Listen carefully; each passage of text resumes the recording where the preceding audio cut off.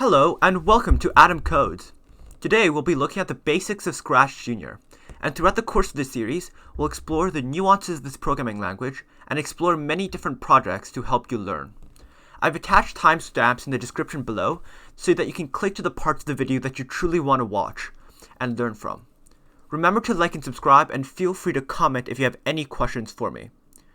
Scratch Junior is a coding language that is accessible on a variety of platforms, including on your tablet or on your computer. I think that this is a very good introduction to programming, especially for younger kids. So let's get straight into it. So first, let's start the application and open our first project. And we can do this by clicking the left button down here with the house on it. Then we can click this add to start our first project. Right now, there's a character called Tick on our screen. Yours might be different, but this won't matter too much, as you can easily customize which character you want later on. And you'll note that if you tap on it, and you can actually drag it across the screen as much as you want. So first, let's start off with blocks and movement. So we'll click on this blue sub tab right here to open this group of blocks. And these blocks are primarily used for movement. So if we drag this block here, it shows going right. And what this block does is, unsurprisingly, allows your character to go right. So if you click on it, you notice that Tick goes right. But what's really interesting about these blocks is that if you click this number down below, you can actually input any value you want because a keypad comes up. So let's say we wanted to move 5 times. Then we can click 5, and now move a lot more than it did previously. And if we wanted to move even more, we can put 15, and we could go 15 times. We can even put it as negative numbers to make it go backwards, but that's not really as useful. Alternatively, we can drag 2 different blocks. So instead of having it move 2 by putting it into the keypad like it just did, and clicking on it, you can also have it move right by 1 unit twice. Or you can make it move right 1 unit and make it move right -1 unit, or essentially make it move backwards 1 unit. And this is true for the rest of the blocks as well. And if you're ever confused by what these blocks do, remember that you can tap and hold on these blocks to remind yourself of what these blocks do. So let's click this move left block here. So this does very similar things to the move right block. It simply just makes Tick go left, but it also faces Tick to the left direction. Move up does the same thing. It makes Tick move up. The move down block just makes Tick move down. And there we go. So let's get a little bit more advanced now. Let's try using the rotation blocks. So if you use these rotation blocks, we can make Tick spin left and spin right, spin clockwise or spin counterclockwise. So if you make it spin 1 unit clockwise, it spins 1 unit clockwise.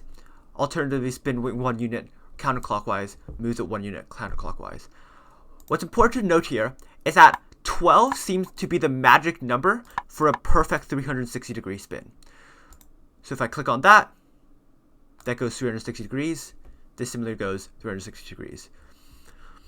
For me, it seems like an arbitrary number, but this is how the program is run. Okay. So now, let's move on to the next level. There's this little cool button right here on the top left-hand side corner right here. And this allows you to go into something called grid view. And what that shows is where exactly your character is on the screen. So here, you notice that this block right here is highlighted because we're 10 across and 7 up. Here we're 16 across and 10 up. And this becomes really useful when you want to move your sprite to a specific square or specific location on your screen. So let's say you want to move it from 610 to 618. Well then, we know the difference between 18 and 10 is 8, which means that we can move right 8 units. And after we click on this will put us at 6 and 18. And this is really useful because it makes coding later on much more efficient, because you no longer have to guess and check every single time to make sure that your character is ending on the right spot, but instead you can know through calculations. Okay. Let's go on to the next block. We have 2 more blocks left to go. So this block right here essentially allows you to jump up and down. So if you click on the block, it jumps. I think this is relatively intuitive. And note that it jumps up 2 blocks because I've put 2 right here.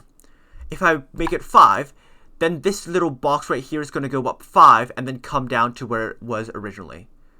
So you see that it goes up all the way to 11 and then comes back down to 6 because we set it to 5. What's important to note here is you probably don't want to spam jumps too much, because if you do, it gets very laggy and the computer doesn't know what to do. So as you see, if I put 1 here, it gets really confused sometimes. Okay, let's go on to this last block, and this is arguably the most confusing block of this set, and this is the reset block. So what this does, essentially, is if you want to move right, let's say you move right, then left, and then right again, and you end up at 7 and 19. What this reset block does, essentially puts you back to where you were before that sequence of movements. So no matter where you choose to go, and no matter what blocks you do, it'll always put you back to where you were originally. And notice that original spot can change. I was at 7 and 11 earlier, but if I put it to 2 and 2, and I move it up 8, then the go home button, the reset button, is going to put me back to 2 and 2. So you're able to choose where your home base is, quote unquote, by moving this character along at the beginning. And that's it for the movement blocks, and thank you for watching the first video. And we've covered the basic of movement in Scratch. In future videos, we're going to go more in depth about the programming language and learn more about blocks that make you able to create your own game. Thanks for watching.